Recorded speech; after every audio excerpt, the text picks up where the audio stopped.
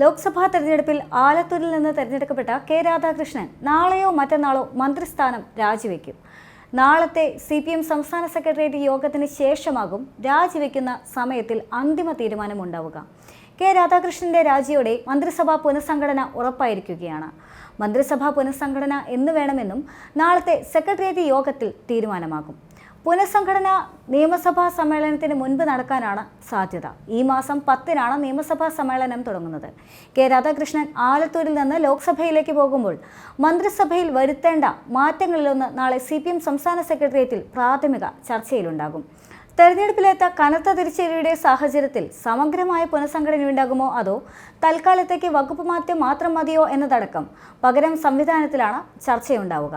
10-ാം തീയതി നിയമസഭാ സമ്മേളനമടക്കം നടക്കാനിരിക്കെ എല്ലാ വശങ്ങളും പരിഗണിച്ചാകും തീരുമാനം കൈക്കൊള്ളുക. ലോക്സഭാ തെരഞ്ഞെടുപ്പിൽ LDFന് ലഭിച്ച ഒരേയൊരു സീറ്റ് മാത്രമാണ് ആലത്തൂരിലേത്. സിറ്റിംഗ് MP രമ്യ ഹരിദാസിനെ പരാജയപ്പെടുത്തിയാണ് കെ രാധാകൃഷ്ണൻ വിജയിച്ചത്. വോട്ടെണ്ണൽ ആരംഭിച്ചത് മുതൽ കൃത്യമായ ലീഡ് നിലനിർത്തി തന്നെയാണ് കെ രാധാകൃഷ്ണൻ മുന്നേറിയത്. 20,143 വോട്ടിന്റെ ഭൂരിപക്ഷമാണ് കെ രാധാകൃഷ്ണന് ലഭിച്ചത്. ആലത്തൂരിലെ വോട്ടർമാർക്ക് നന്ദി പറഞ്ഞ രാധാകൃഷ്ണൻ ദേശീയ തലത്തിൽ NDAക്ക് വലിയ മുന്നേറ്റമുണ്ടായില്ല എന്നും അഭിപ്രായപ്പെട്ടിരുന്നു. ഇടതുപക്ഷ ജനാധിപത്യ മുന്നണിക്ക് കേരളത്തിൽ 2019 സംഭവിച്ചതുപോലുള്ള ഒരു ഫലം തന്നെയാണ് ഇത്തവണയും ഉണ്ടായിരിക്കുന്നത്. ഇതെന്താണ് എന്ന് കൃത്യമായി പരിശോധന നടത്താതെ പറയാൻ സാധിക്കില്ല. സർക്കാർ വിരുദ്ധ വികാരം ഉണ്ടായോ എന്നുള്ള കാര്യം പരിശോധിക്കേണ്ടതാണ് എന്നും 2019-ലും ഇത് തന്നെയാണ് സംഭവിച്ചത്. എന്നാൽ 2019 റിസൾട്ട് വന്നതിന് ശേഷം 2020-ലെ ലോക്കൽ ബോഡി തെരഞ്ഞെടുപ്പിൽ ഇടതുമുന്നണിക്ക് വലിയ വിജയമുണ്ടാക്കാൻ കഴിഞ്ഞു. അതിനുശേഷം 2021-ലെ അസംബ്ലി തെരഞ്ഞെടുപ്പിലും ഇടതുപക്ഷ മുന്നണിക്ക് 2016-നേക്കാൾ കൂടുതൽ സീറ്റ് ലഭിക്കുന്ന സാഹചര്യമുണ്ടായി. ഭരണവിരുദ്ധ വികാരമുണ്ടായിരുന്നുവെങ്കിൽ 2020-ലും 2021-ലും ഇടതുപക്ഷ മുന്നണി മുന്നേറാൻ പാടില്ലായിരുന്നു. ഭരണവിരുദ്ധ വികാരം മാത്രമല്ല, പ്രത്യേക രാഷ്ട്രീയ സാഹചര്യമാണ് കേരള ജനത കൈവിട്ടു എന്ന് പറയാൻ സാധിക്കുകയുമില്ല. തൽക്കാലം ഒരു പരാജയം സംഭവിച്ചു എന്നുള്ളതാണെന്നും കെ രാധാകൃഷ്ണൻ പ്രതികരിച്ചിരുന്നു. രാധാകൃഷ്ണൻ സ്ഥാനമൊഴിയുമ്പോൾ പകരമാകാൻ എത്തുന്നവരുടെ സാധ്യതാ പട്ടിക ഇപ്പോൾ പുറത്തു വന്നിരിക്കുകയാണ്. Balussery MLAയും യുവനേതാവുമായ KM Sachin Dev, Mananthavady MLA OR Kelu, Kongad MLA ആയ K ശാന്തകുമാരി എന്നിവയെല്ലാം തന്നെ പരിഗണനാ ലിസ്റ്റിലുണ്ട്. CPM സംസ്ഥാന കമ്മിറ്റി അംഗമെന്നതും ആദിവാസി ക്ഷേമസമിതി നേതാവെന്നതുമാണ് മന്ത്രിസ്ഥാനത്തേക്ക് പരിഗണിക്കുന്നതിനുള്ള കേളുവിന്റെ അനുകൂല ഘടകങ്ങൾ. സംസ്ഥാന കമ്മിറ്റി അംഗത്വമുള്ള മറ്റ് ദളിത് MLAമാർ CPMൽ ഇല്ല. ആദിവാസി വിഭാഗത്തിൽ നിന്നുള്ള നേതാവെന്നതും കേളുവിന്റെ സാധ്യത വർദ്ധിപ്പിക്കുന്നുണ്ട്. പട്ടികവർഗ വിഭാഗത്തിൽ നിന്നുള്ള ആരെയും ഇതുവരെ CPM മന്ത്രിയാക്കിയിട്ടില്ല. CPIM വർഗ ബഹുജന സംഘടനയായ ആദിവാസി ക്ഷേമനിധിയുടെ പ്രസിഡന്റാണ് കേളു.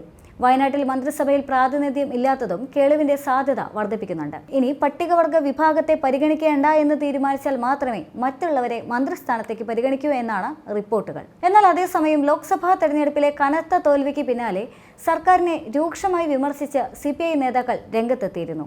തെരഞ്ഞെടുപ്പ് തോൽവിയിൽ നിർണായകമായ വിഷയങ്ങൾ ഉൾപ്പെടെ ചൂണ്ടിക്കാട്ടിയായിരുന്നു CPI നേതാക്കളുടെ പരസ്യമായ വിമർശനം. ലോക്സഭാ തെരഞ്ഞെടുപ്പിൽ കേരളത്തിൽ നിന്ന് 4 സീറ്റുകളിൽ മത്സരിച്ചുവെങ്കിലും CPIക്ക് സീറ്റ് ഒന്നും തന്നെ കിട്ടിയിരുന്നില്ല.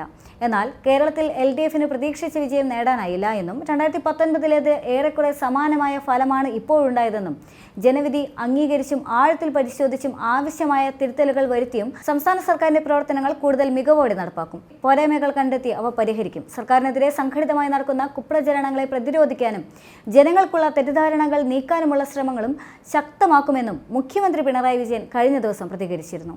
കഴിഞ്ഞ ലോക്സഭാ തെരഞ്ഞെടുപ്പിലെ പരാജയത്തിന്റെ കാരണങ്ങൾ പരിശോധിച്ച് തിരുത്തുന്ന പ്രവർത്തനങ്ങൾ നടത്തിയതിന്റെ ഭാഗമായി മാത്രമാണ് തുടർന്ന് നടന്ന തദ്ദേശ സ്വയംഭരണ തെരഞ്ഞെടുപ്പിൽ വലിയ വിജയം നേടാൻ LDFന് സാധിച്ചത്. അതിനുശേഷം നടന്ന നിയമസഭാ തെരഞ്ഞെടുപ്പിലാവട്ടെ കേരളത്തിന്റെ തെരഞ്ഞെടുപ്പ് ചരിത്രത്തിൽ ആദ്യമായി LDFന് തുടർഭരണം ലഭിക്കുന്ന സ്ഥിതിയുമുണ്ടായി.